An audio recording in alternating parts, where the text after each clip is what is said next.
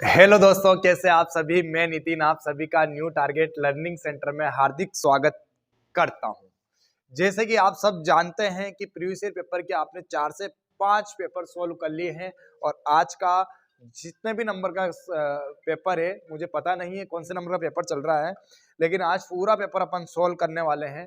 Class थोड़ी सी लंबी रहेगी, इतने दिनों से क्लास बंद थी, उसके लिए हमें दुख है, पर हम आशा करते हैं कि आने वाले वीडियो का मैं लंबी लंबी क्लासेस टीच कर उन दिनों को भी पूरा कर दूंगा। इसी बीच रख हौसला, वो मंजिल भी आएगा, प्यासे के पास चलकर समुंदर भी आएगा, अरे थक का ना बैठ मंजिल के मुसाफिर, मंजिल भी मिलेगी और मिलने का मजा भी आएगा। इसी बीच अपन इस पेपर का पहला क्वेश्चन सोल्व करते हैं और पहला क्वेश्चन आपकी स्क्रीन के सामने है। एक व्यक्ति एक नौका को धारा के अनुकूल 9 किलोमीटर प्रति घंटा की गति से और धारा के प्रतिकूल 7 किलोमीटर प्रति घंटा की गति से चलता है, तो धारा की गति ज्ञात कीजिए कि धारा की गति क्या है। तो देखिएगा, ये शांत धारा की दिशा में उसकी चाल की, देखिएगा तो धारा की दिशा में इसकी चाल कितनी है, 9 किलोमीटर प्रति घंटा, और धारा की विपरीत दिशा में इसकी चाल कितनी है, 7 किलोमीटर प्रति घंटा। शांत जल में उसने चाल पूछी है, नहीं धारा की गति उसने पूछी है। तो मैंने कहा था आपको, नाव धारा का जो चैप्टर पढ़ाया उसमें मैंने कहा है कि जब भी आपको धारा की गति पूछे आपको कुछ नहीं करना है, a plus A minus B बटा 2 धारा का वेग निकालना है। तो 9 में से 7 माइनस कर दीजिए और 2 से डिवाइड कर दीजिए। 9 में से 7 गया तो 2 और 2 से डिवाइड करते तो कितना आएगा, 1। करेक्ट आंसर आ गया आपका 1 किलोमीटर प्रति घंटा। ऑप्शन नंबर 4 बिल्कुल एक्यूरेट करेक्ट आंसर है और क्वेश्चन नंबर 2 आपकी स्क्रीन के सामने।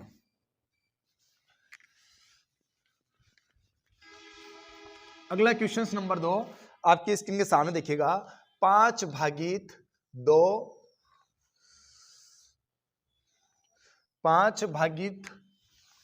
2 का 6 प्लस 3 गुणा 7 भागित 3 का 5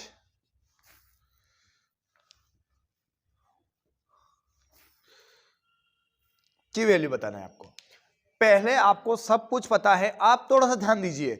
अब आपका टाइम आ गया है एनालाइज करने का। एनालाइज करने का मतलब है कि जिनका भी डेट अगर 11, 12, 10 या इसके बाद जो इस महीने की डेट में अगर आ रहे हैं आपका पेपर, तो आप निश्चित रूप से क्या कीजिए, आप एक एक टेस्ट पेपर आप भी लगाना स्टार्ट कीजिए। चाहे आप मॉक टेस्ट लगाइए, प्रीवियस ईयर क्वेश्चंस लगाइए, आप कहीं से भी लगाइए। पूरा 160 नंबर का क्वेश्चंस पेपर आप लगाएंगे, 80 नंबर के क्वेश्चंस जिसका 160 नंबर मिलते हैं उसका लगाइए। फिर देखिए आपका कौन सा टॉपिक कमजोर पड़ रहा है, और गणित के क्वेश्चंस यहाँ से लगा के देखिए, यहाँ से आपको पता चलेगा कि कौन सा टॉपिक आपका कमजोर पड़ रहा है। उन टॉपिक को सुधारने की कोशिश अगर आप करेंगे, निश्चित आप सफल हो जाएंगे।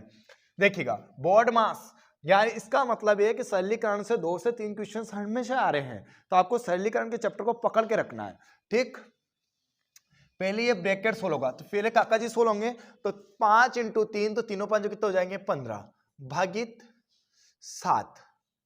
तो ये 15 भागित के हैं, ये क्या चला जाएंगे बटे में, इंटू 3।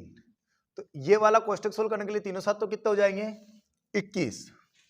तीनों 7 तो 21 बटे 15 प्लस ये कोष्टक का काम हो गया, 6 दूना 12 भागित 5। लेकिन अब ये बड़ा कोष्टक बचा है, इसको भी सोल्व कर लो। तीनों 7 तो 21, तीनों 5 15, 5 बार कट गया, 12 5 60, 60 और 60 67 बटे 5 भागित 5। क्या 5 बटे के बटे में रहेगा, तो आप कहेंगे सर 5 बटे के बटे में नहीं रहेगा, तो 5 का जाएगा, तो ये 5 ऊपर जाएगा और बटे में क्या आएगा, 67। तो करेक्ट आंसर आ जाएगा आपका 25 बटे 67। इसका मतलब आपका करेक्ट आंसर होगा 25 बटे 67। ऑप्शन नंबर 3 बिल्कुल एक्यूरेट करेक्ट आंसर है। और अगला सवाल आपकी स्क्रीन के सामने। ठीक, अगला सवाल आपकी स्क्रीन के सामने। जब एक वस्तु को 242.50 रुपए में बेची जाती है तो 3% की हानि होती है। यदि वस्तु को 13% के लाभ पर बेचा जाता है तो विक्रय मूल्य ज्ञात कीजिए कि उसका विक्रय मूल्य क्या होगा। कितनी आसानी से इस सवाल को अपन निकाल सकते हैं, देखते हैं। देखिए 242.50 रुपए में बेचने पर कितने की हानि होती है, तो 3% की हानि होती है। आपको याद है अच्छी तरीके से कि हानि हमेशा 100 से कम पे होती है। तो 3% की हानि हुई तो 97 इंटू 13% का लाभ चाहिए तो 113। 2 अंक के बाद पॉइंट हटेगी तो बटे में 2 जीरो लगेगी, जीरो से जीरो क्या हो गया, कट गया। और कट रहा है क्या, काट दो और कट रहा होगा। 9 3 27 होंगे, 5 मुझे चाहिए पीछे, तो काटिए, कटेगा तो काटने की तो कोशिश करना आपको पड़ेगी, ठीक है ना, काटने की कोशिश कीजिए आप। 15 कम 15, 9 से 90, 15 15 90, नहीं कटेगा ना, आंसर तो पॉइंट में जाएगा। फिर भी अपन कोशिश करते हैं कि थोड़ा बहुत कट जाए। 5 से काटो इसको, 5 कम 5, 4 बचा 47, 5 नम 45, 2 5 चौक 20, 5 चौक 20, 4 बचा 5 आठो 40, 2 बचा 5 के 25। अब 113 इंटू 194 को गुणा कीजिए आप, 485 इंटू 113, इनका गुणा कीजिए, करिए गुणा, कितना आएगा 54,805 भागित 194। 194 दूना कितना होगा, 194 दूना कितना होगा, तो 4 दूना 8, 19 दूना 38, 388 होगा। 548 में 388 क्या, कितना बचेगा 160, एक जीरो बच जाएगी, 1600 हो जाएगा। 194 पांचो 280, 8 बार जाएगा लगभग, तो 8 चौक 32, 8 नम 72, 3 75, और 8 कम 8 और 7 15, 1552, कितना बच रहा 48 और बच रहा 5 आ गया। 200 दूना 400, लगभग 282 पॉइंट और कुछ ऊपर आंसर जा रहा है, क्योंकि अपन को इतने ही काट के देखना है, क्योंकि इतने में अपना आंसर क्लियर हो जाएगा। 282.5, इसका करेक्ट आंसर आ रहा है 282.5। तो करेक्ट आंसर दीजिए आप ऑप्शन नंबर 2, बिल्कुल करेक्ट आंसर आपका 282.5। ये आपको काटना आना चाहिए, ये आपको गुणा करना आना चाहिए, तब जाके आपका थोड़ा सा प्रैक्टिस बहुत अच्छा होना चाहिए। स्पीड का ही खेल होगा, आप थोड़ा जितना ज्यादा स्पीड रखेंगे उतनी जल्दी आपका आंसर क्लियर आ जाएगा। अगला सवाल आपकी स्क्रीन के सामने।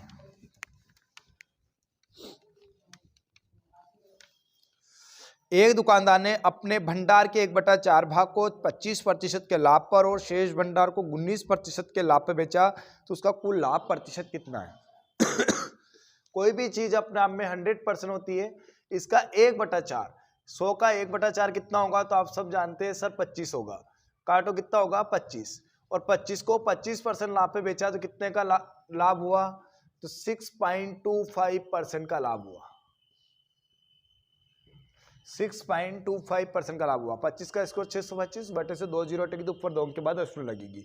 इसके बाद उसने कहा शेष भंडारा 75% और बचा, 19% का लाभ हुआ तो 19 बटे 100, 25 या 75, 25 चौक 100, 19 या 57 बटे 4, काट दो इसको, 4 कम 4, 1 बचा, 4 चौक 16, 1 बचा, 4 दूना 8, 4 5 20, इतने का लाभ हुआ। उसने कहा कुल कितना लाभ हुआ, तो दोनों को जोड़ दो आप, कुल कितना लाभ हो रहा 0.50, 14 और 6 20, कुल लाभ 20.50% हुआ, यानी कि करेक्ट आंसर होगा आपका ऑप्शन नंबर 2, बिल्कुल क्लियर आंसर। और अगला सवाल आपकी स्क्रीन के सामने।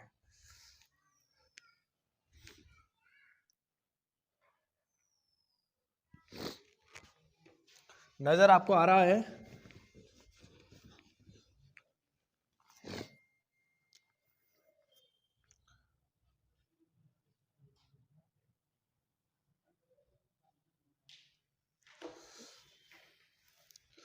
लिखिए एक दुकानदार अंकित मूल्य पर 25% छूट प्रदान करता है और एक अन्य दुकान समान अंकित मूल्य पर 5%, 12% और 10% की 3 क्रमिक छूट प्रदान करता है। दोनों दुकान द्वारा दी गई छूट के बीच का अंतर ज्ञात कीजिए। बहुत बढ़िया। पहला दुकानदार जो दे रहा है वो एक छूट 25% की डायरेक्ट दे रहा है, और एक दुकानदार बेईमानी के साथ नहीं कह सकते हैं, पर वो धीरे धीरे छूट दे रहा है। उसका दिल इतना बड़ा नहीं कि एकदम से छूट दे दे, वो धीरे धीरे कोशिश कर रहा है कि धीरे धीरे बन जाए। शुरू बार वो 5% की छूट देता है, दूसरी बार फिर ग्राहक ने ये करता है तो 12 की देता है, थर्ड बार 10% छूट देता है। मैंने आपको बता रखा है कि जब ऐसी प्रकार से क्रमिक छूट होती है तो आपको जहां से इजी पड़ता है वैसे ले लो। शुरू में मैं 10% उठा लूं, क्या फर्क पड़ रहा है, कितना परसेंट बच रहा है, 90% में बेचने लगा हुआ। फिर उसने 12% की छूट दी, तो इसका 1% कितना होगा, 90.90 इंटू 12, 12 108, ये 0, कितने की छूट दी, 10.80 की छूट दी, तो ये 10.80।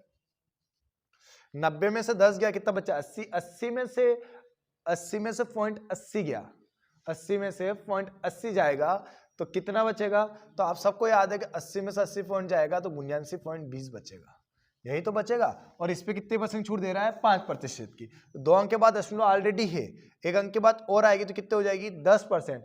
5% चाहिए मुझे, जस्ट इसका हाफ चाहिए, तो 2 तिया 6, 1 बच रहा, 2 9 18, 1 बच रहा, 2 छंग 12, सबको जोड़ दो, 6 9 8 17, हासिल का 1 4 1 1 2, कितने की छूट दे रहा है, 24.76% की छूट दे रहा है।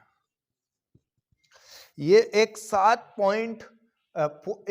25% छूट दे रहा है, लेकिन ये धीरे धीरे करके कितने दे रही है, 24.76% की छूट दे रहा है।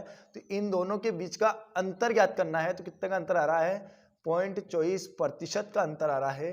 तो इसका करेक्ट आंसर होगा 0.24%, ऑप्शन नंबर 2 बिल्कुल करेक्ट आंसर। एक मात्र बट्टा एक मात्र छूट, समतुल्य बट्टा समतुल्य छूट 24.76, और एक ग्राहक ने डायरेक्ट 25% की छूट बोला था, तो ये करेक्ट आंसर। ग्राहक समझता है कि 5 12 17 17 और 10 27% की छूट दी, लेकिन उसने ओरिजिनल 27% की छूट नहीं दी, बल्कि 24.76% की छूट दी। 25% का उसको क्या हो गया, लाभ हो गया। अगला सवाल आपकी स्क्रीन के सामने, निकालने की कोशिश कीजिए आप। एक से बड़ी एक ऐसी संख्या जिसे 4 5 6 से विभाजित करने पर प्रत्येक स्थिति में शेषफल 3 प्राप्त होता है, और 500 से छोटी वह सबसे बड़ी संख्या ज्ञात कीजिए जो दी गई शर्त को पूरा करती है, ये आपको बताना है।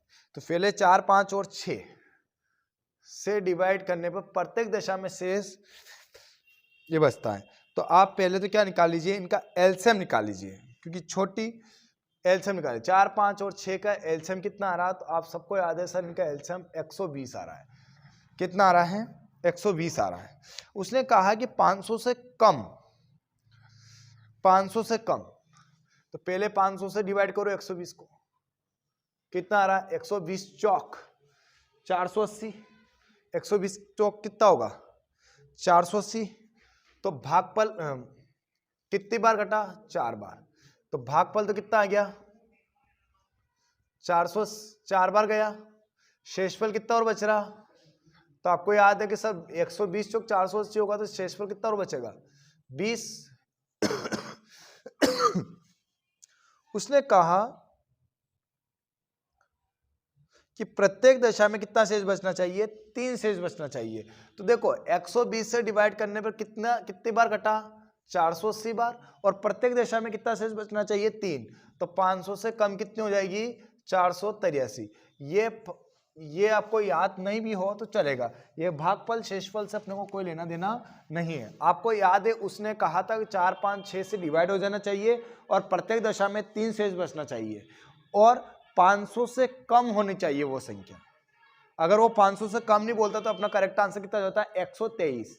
120 में 3 हो जाता तो 123 हो जाता, लेकिन उसने कहा 500 से जस्ट कम होना चाहिए। तो 500 से कम जाने के लिए 120 चौक 480, चार बार काटा तो 480 बार कटा, 480 बार तो कटेगा। अगर मैं उसमें 3 को और जोड़ दूंगा तो कितना बच जाएगा, 483। यानी कि हर दशा में कितना शेष बचेगा, 483 शेष बचेगा। इसलिए करेक्ट आंसर दीजिएगा आप 483। ऑप्शन नंबर इसका करेक्ट होगा ऑप्शन नंबर 3। और अगला सवाल आपकी स्क्रीन के सामने।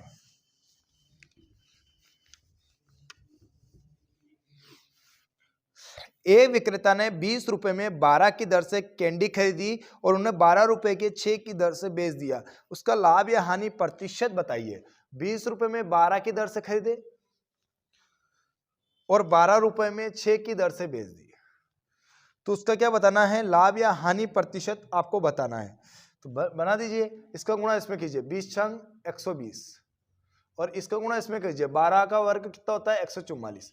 120 रुपए में खरीदा और 144 रुपए में बेचा, तो लाभ होगा कि हानि होगी। तो आप सबको याद है कि 120 रुपए में खरीदा, 144 में बेचा, तो कितना का लाभ होगा सर, 24 का लाभ होगा। खरीदा कितने में, 120 में, गुणा 100 काट दो, 24 5 120 और 5 दूना 10। करेक्ट आंसर कितना आ गया आपका, 20%। बिल्कुल करेक्ट आंसर होगा आपका 20% लाभ। एक्यूरेट करेक्ट आंसर आपका 20% का लाभ। अगला सवाल आपकी स्क्रीन के सामने, बोर्ड मार्क्स आ गया है वापिस।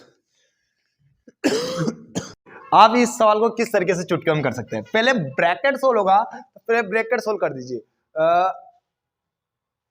पहले ब्रैकेट में भी क्या होगा, ऑफ तो है ही नहीं है, डिवाइड होगा, तो 15 दूना 30, 5 दूना 10 आ गया 10।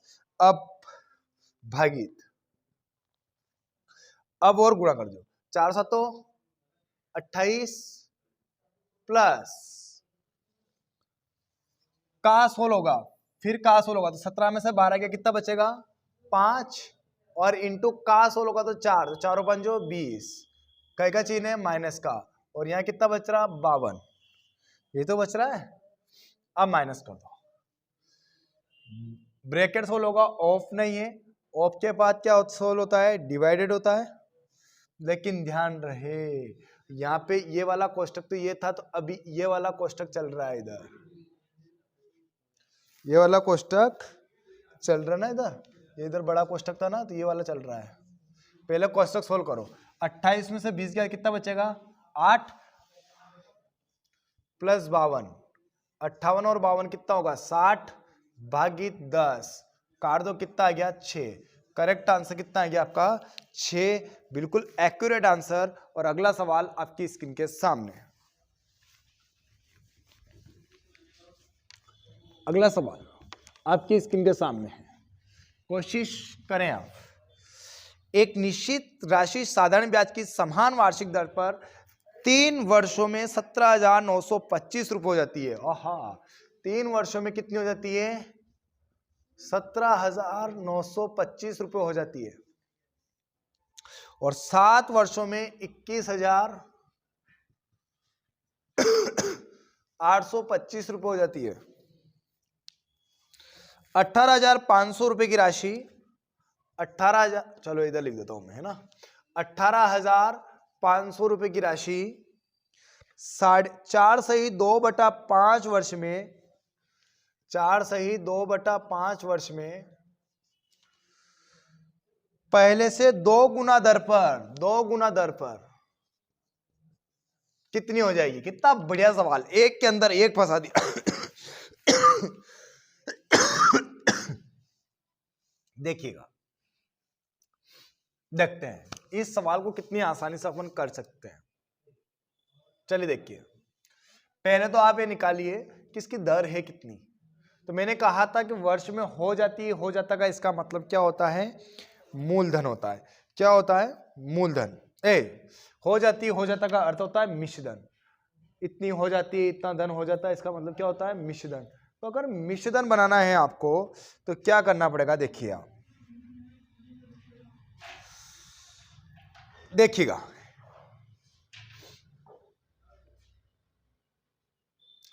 इन दोनों का बीच का अंतर लीजिए आप, 0 0 1, 18 में से 9 गया तो 9 और 20 में 17 गया तो 3, और इन दोनों का बीच का अंतर कितना है 4। 4 सालों में कितना मिल रहा है 3900 रुपये। तो एक साल में कितना मिल रहा होगा वो निकाल लो। 4 8 32, कितना बच रहा? 4 9 36, कितना बच रहा? 3 4 7 28, 4 5 20। एक वर्ष में कितना मिल रहा? 975 रुपया। तो 3 सालों में कितना मिला होगा निकाल लेते अपन। तो 3 का इंटू कर दो, 3 पंजो 15, 3 7 21, 22, 3 9 27, 2 29, 2925 रुपए मिल रहा है। अगर मिश्रधन में से अगर ब्याज को हटा देंगे तो क्या निकल जाएगा? मूलधन निकल जाएगा। तो मूलधन बना लो।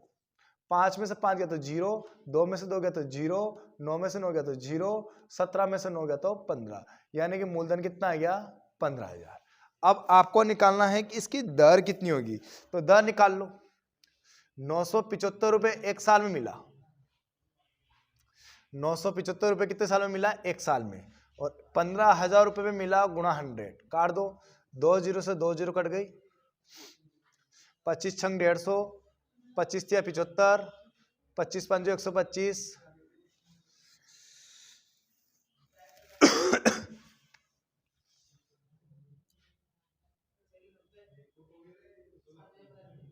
75, कितना बच रहा? 22 बच रहा ना यार, 22 बचा। 25 नम 225, 25 से 75 होते हैं, 25 चौक 100 होते हैं। तो 3 का में 22 बचा, 25 नम 225, 6 पंजो 7 36, 3 6 पंजो 30, यानी कि दर कितनी आ गई है? 6.5%। दर कितनी आई है? 6.5%।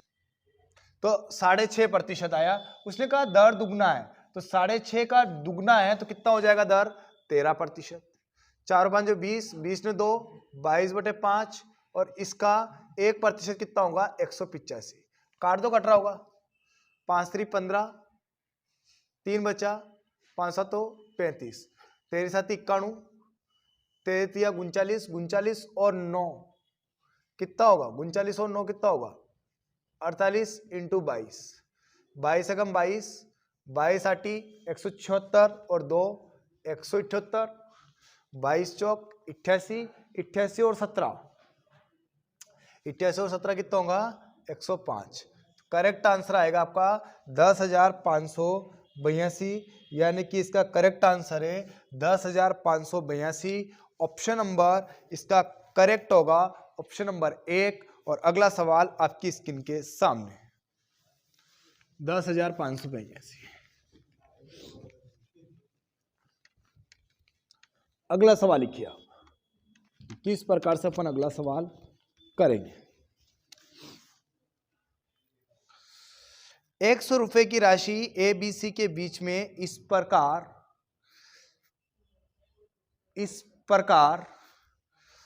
विभाजित किया जाता है कि ए और बी को हिस्से का अनुपात 3:5, बी और सी के हिस्से का अनुपात 4:7, बी और सी के हिस्से के बीच का अंतर 1455 रुपए हैं। तो एक्स की वैल्यू याद करना है, आराम से निकाल लेंगे अपन। ए और बी का अनुपात उसने दिया है 3:5, और बी अनुपात सी की वैल्यू उसने दी है 4:7। तो ए अनुपात बी अनुपात सी आपको निकालना है। तो ए अनुपात बी अनुपात सी निकाल लो पहले। 3 5, यहाँ पे कितना है? 4, और यहाँ कितना है? 7। इधर किसका राज रहेगा? 5 का, और इधर किसका राज रहेगा? 4 का। गुणा कर दो। 4 3 12, 4 5 20, और 5 7 35। इसका मतलब ए बी सी का अनुपात कितना आ गया? 12, 20 और 35। उसने कहा बी और सी के बीच में 1455 रुपए का अंतर है। बी और सी के बीच में, तो बी और सी के बीच में इधर देखें तो कितने का अंतर है? 15 का अंतर है। गुणा, उसने पूछा तो टोटल रुपए पूछा है, तो सबको जोड़ लो। 35 20 55, 55 और 12 कितने होंगे? 67। काट दो, कट रहा होगा, काटो। 15 नाम 135, 15 7 105, 97 × 67, गुणा करो 97 × 67, यानी कि आपको दिख रहा होगा। देखिए पहली बात तो आप डायरेक्ट भी इसका आंसर दे सकते हैं, पीछे भी 7 है, पीछे भी 7 है, साथ साथ ही कितना होगा गुण 50, यानी पीछे कितना आना है 9। और ऐसा पहले ही ऑप्शन दिख रहा है आपको, जिसमें आपको ये वाला सवाल दिख रहा होगा 6499। ये पहला ऑप्शन है जिसके पीछे 9 दिख रहा होगा, और यही करेक्ट आंसर हो जाता अगर आप सवाल नहीं भी गुणा नहीं भी करते तो। साथ साथ ही गुण 50 पीछे 9 दिख रहा था, और ऐसा ऑप्शन नंबर तीसरा ऑप्शन ही ऐसा है जिसके पीछे 9 दिख रहा है, बाकी किसी भी ऑप्शन के पीछे 9 नहीं दिख रहा है, इसलिए इसका करेक्ट आंसर दीजिएगा आप ऑप्शन नंबर 3। और अगला सवाल आपकी स्क्रीन के सामने। इसे डायरेक्ट आंसर देने की कोशिश आप करें।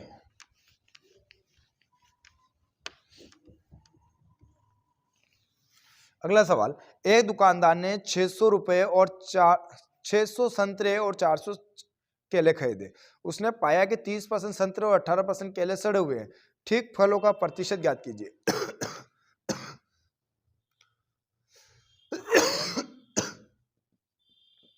600 संतरे हैं और 400 केले हैं। 30% संतरे क्या है, खराब है, तो कितने परसेंट ठीक है, 70% ठीक है। तो इसका 10% कितना होगा 60, तो 70% कितना होगा, तो आप सब कहेंगे सर 420 होगा, ये ठीक फल है। उसने कहा 400 केले में से 18% केले सड़े हुए, तो कितने परसेंट सही होंगे, तो सबको याद है सर 82% सही होंगे। तो इसका 1% कितना होगा 4, तो 82% निकाल लो। 4 दूना 8 और 4 8 32, 328 केले सही होंगे। ठीक फलों का परसेंटेज पूछा है, तो 8 4 4 3 7, 748 केले ऐसे हैं, फल ऐसे हैं जो ठीक है, जो क्या है ठीक है। और कितने में से ठीक है, तो 600 तो ये, 400 ये कितने हो गए 1000 गुणा 100। काट दो, 2 0 से 2 0 कट गई, 2 0 से 2 0 क्या हो गई, कट गई। ये नजर आ रहा है, सही ज्यादा चल रही इधर है ना, देखिएगा 100 और इधर कितना है 1000। काटिए, 2 0 से 2 0 कट गई, बेटे से 1 0 हटेगी तो ऊपर एक अंक के बाद क्या लग जाएगी दशमलव। तो करेक्ट आंसर आ जाएगा आपका 74.8, ऑप्शन नंबर 3 बिल्कुल एक्यूरेट करेक्ट आंसर। और अगला सवाल आपकी स्क्रीन के सामने।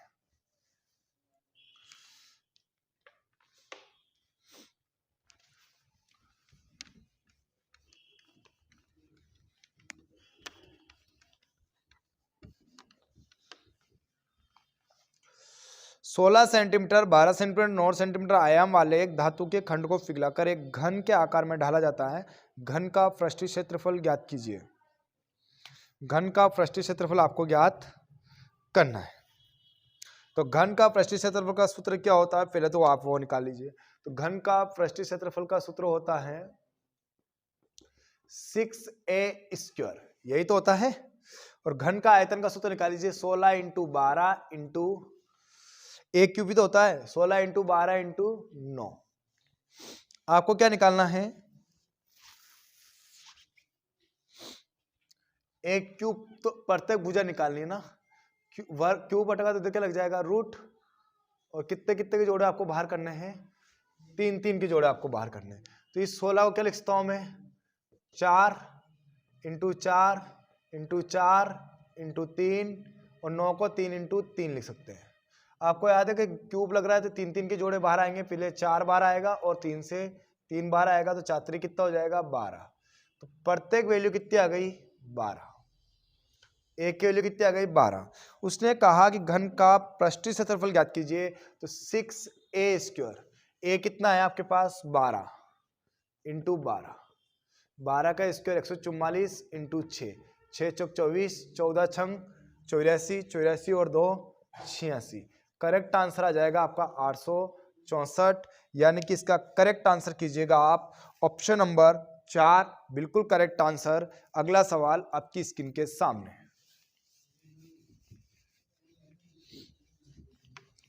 अगला सवाल लिखिए आप कि क्या इसका करेक्ट आंसर आएगा। a/b बराबर 7/5, तो 5a + 4b, इस तरीके से नहीं है वो,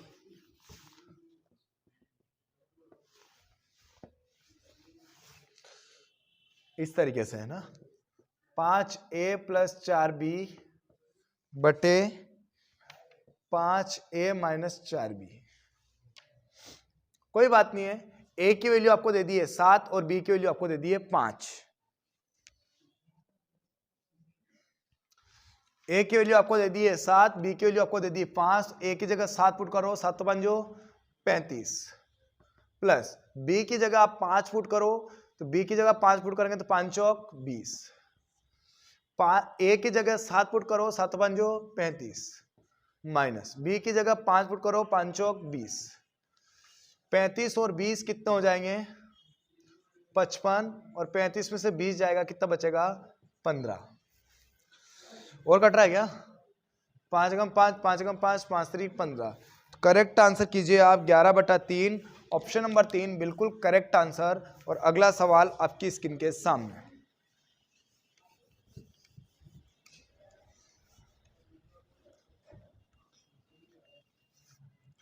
यदि x और y एक साथ एक कार्य को 10 दिन में पूरा कर सकते हैं,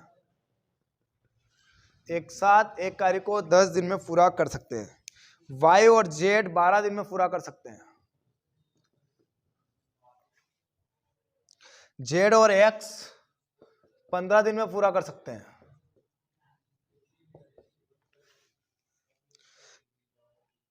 x अकेला कितने दिन में कार्य करेगा? x अकेला कितने दिन में कार्य करेगा? देखिए आप सबका एलसीएम ले लीजिए आप। 10, 12 और 15 का एलसीएम कितना आ रहा है? तो 60 आ रहा है। कितना आ रहा है? 60। 10 छंग 60, 12 5 60, 15 चौक 60, ये आ रहा है ना? 60 ही एलसीएम आएगा, 60 एलसीएम आएगा, 60।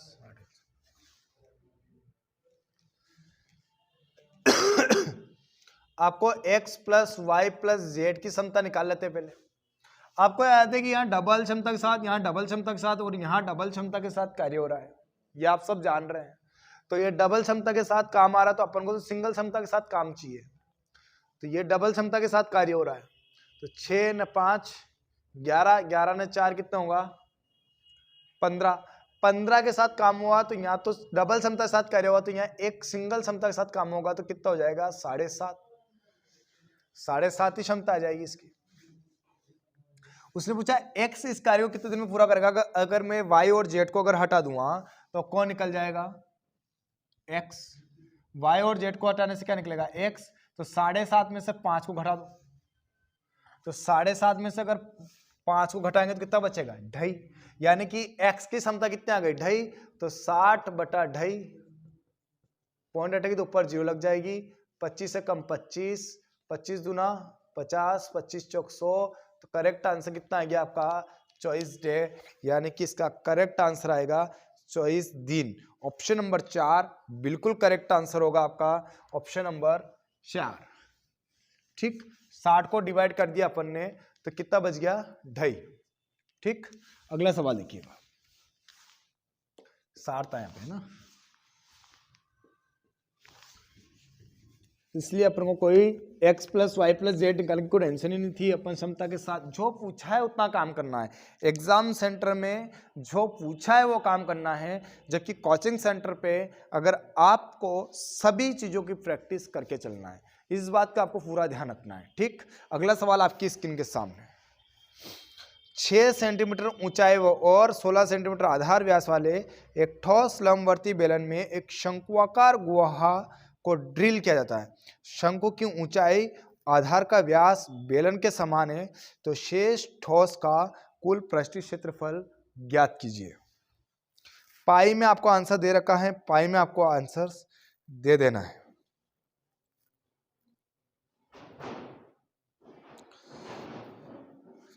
छह सेंटीमीटर हाइट है, व्यास आपको दिया है 16, तो त्रिज्या हो जाएगी आपकी 8। तिर्यक ऊंचाई वो निकालना पड़ेगी। तो देखिए मैंने आपको बताया था एक ट्रिपलेट 3 4 5, 3 दूना 6, 4 दूना 8, तो 5 दूना कितना हो जाएगा? 10। तिर्यक ऊंचाई कितनी निकल गई? 10। उसने कहा है आपको तो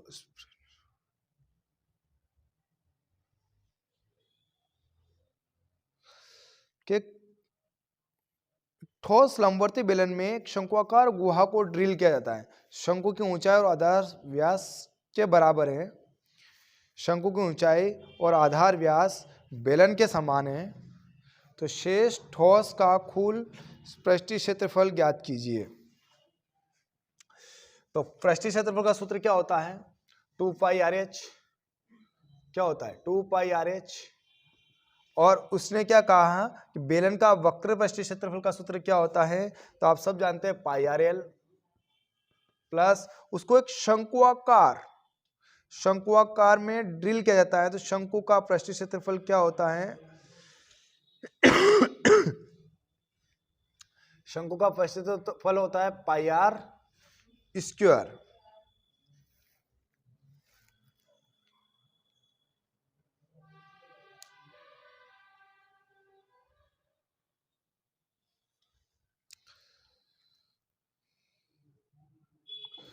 कोई बात नहीं है। उसने कहा कि उसका आधार का क्षेत्रफल उसके व्यास के आधार का व्यास बेलन के समान है।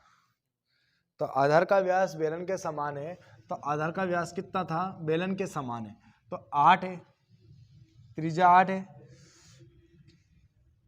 तो इसका क्षेत्रफल निकालना है। तो क्षेत्रफल कितना हो जाएगा? 64। 8 का स्क्वायर है ना त्रिज्या। तो 2 पाई आर एच आपको लगा के चलना है। पाई हमेशा आपको साथ में ही लेके चलना है। पाई के साथ छेड़छाड़ नहीं करना है क्योंकि उसने ऑलरेडी दिया है।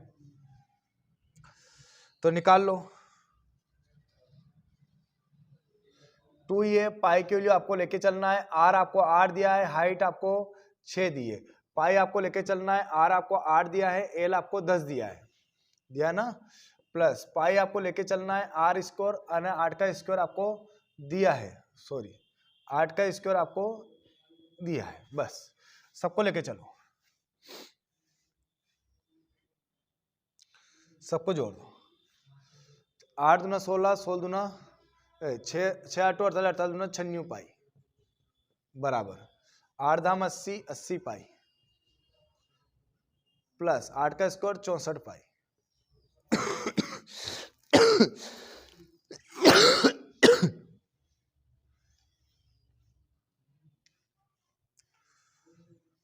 सॉरी यहाँ सब जगह प्लस का निशान है, मैंने बराबर का निशान लगा दिया। प्लस का निशान है यहाँ सब जगह है ना। सबको जोड़ो। 4 न 6 10 हासिल का 1, 7 न 8 15, 15 और 9 24, 240 पाई।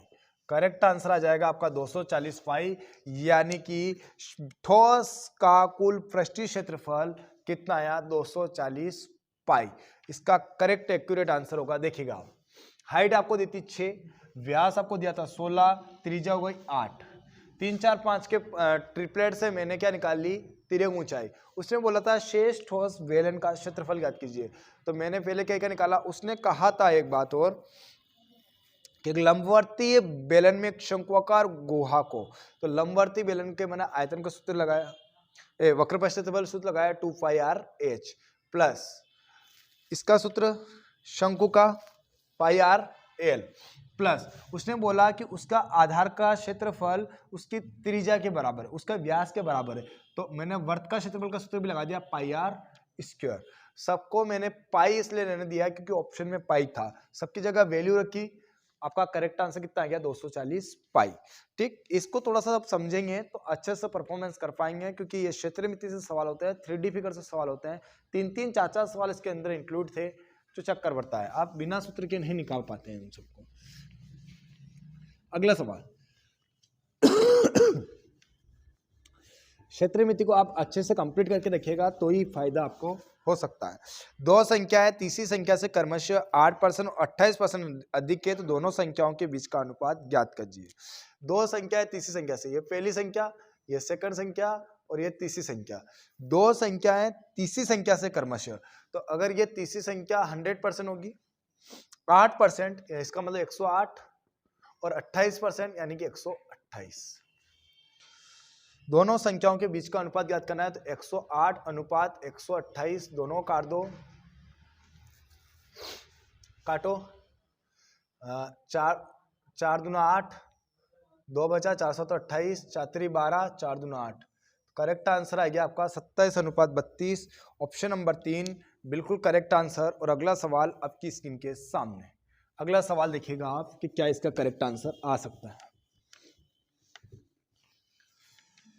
साधारण ब्याज की एक निश्चित दर पर एक राशि 3 वर्ष के लिए 37,200 रुपये हो जाती है।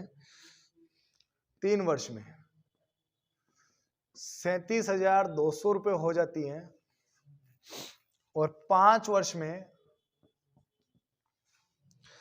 42,000 रुपये हो जाती है। 8 वर्षों के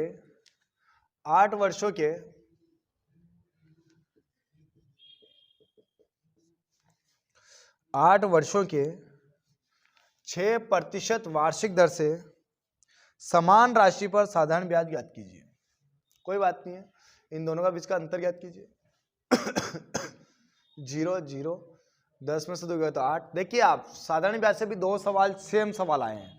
देखिए आप इस प्रकार से साधारण ब्याज और चक्रवृद्धि ब्याज को आप कंपेयर करके रखें। 10 में से 2 गया तो 8, 11 में 7 गया तो 4, कितना गया 4800 रुपये। और इधर साल का कितना डिफरेंट है, 2 साल का। 2 से काटो, कितने साल का डिफरेंट आ रहा है, 2400 रुपये का।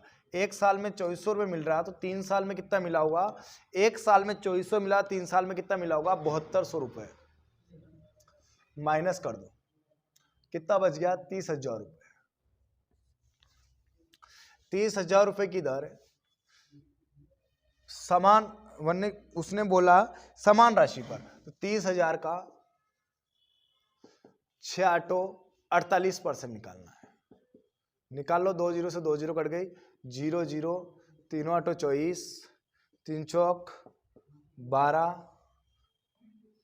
तो करेक्ट आंसर आ गया आपका 14,400। इसका करेक्ट आंसर होगा ऑप्शन नंबर 3, बिल्कुल सेम एक्यूरेट करेक्ट आंसर आपका। और अगला सवाल आपकी स्क्रीन के सामने।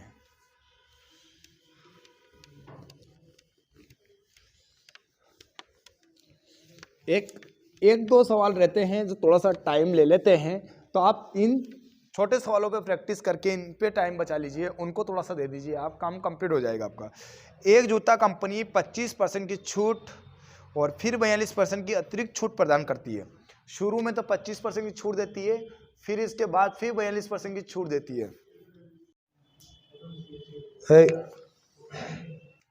देखिएगा 2800 रुपये की धनराशि 25% की छूट और 42% की अतिरिक्त छूट प्रदान करती है। एक बार 25% की छूट प्रदान करती है और एक बार 48% की छूट, 42% की छूट प्रदान करती है। तो उसका अंतिम विक्रय मूल्य क्या होगा? तो देखिए इसको बड़ी आसानी से निकाल सकते हैं अपन, बिल्कुल सरल तरीके से। 2800 रुपये की राशि है, 25% की छूट दी तो कितने में बेची होगी, 75/100। और फिर 42% की छूट दी तो कितने में बेची होगी, तो आप सब जानते हैं 58/100। काट दो, 2 0 से 2 0, 25 या 75, 25 चौक 100, 4 7 28, 7 या 21, 21 8 168, 21 5 105, 105 और 16, 105 और 16 कितना होगा, 121। करेक्ट आंसर दीजिए आप 1218। बिल्कुल क्लियर आंसर आपका। अंतिम अंकित मूल्य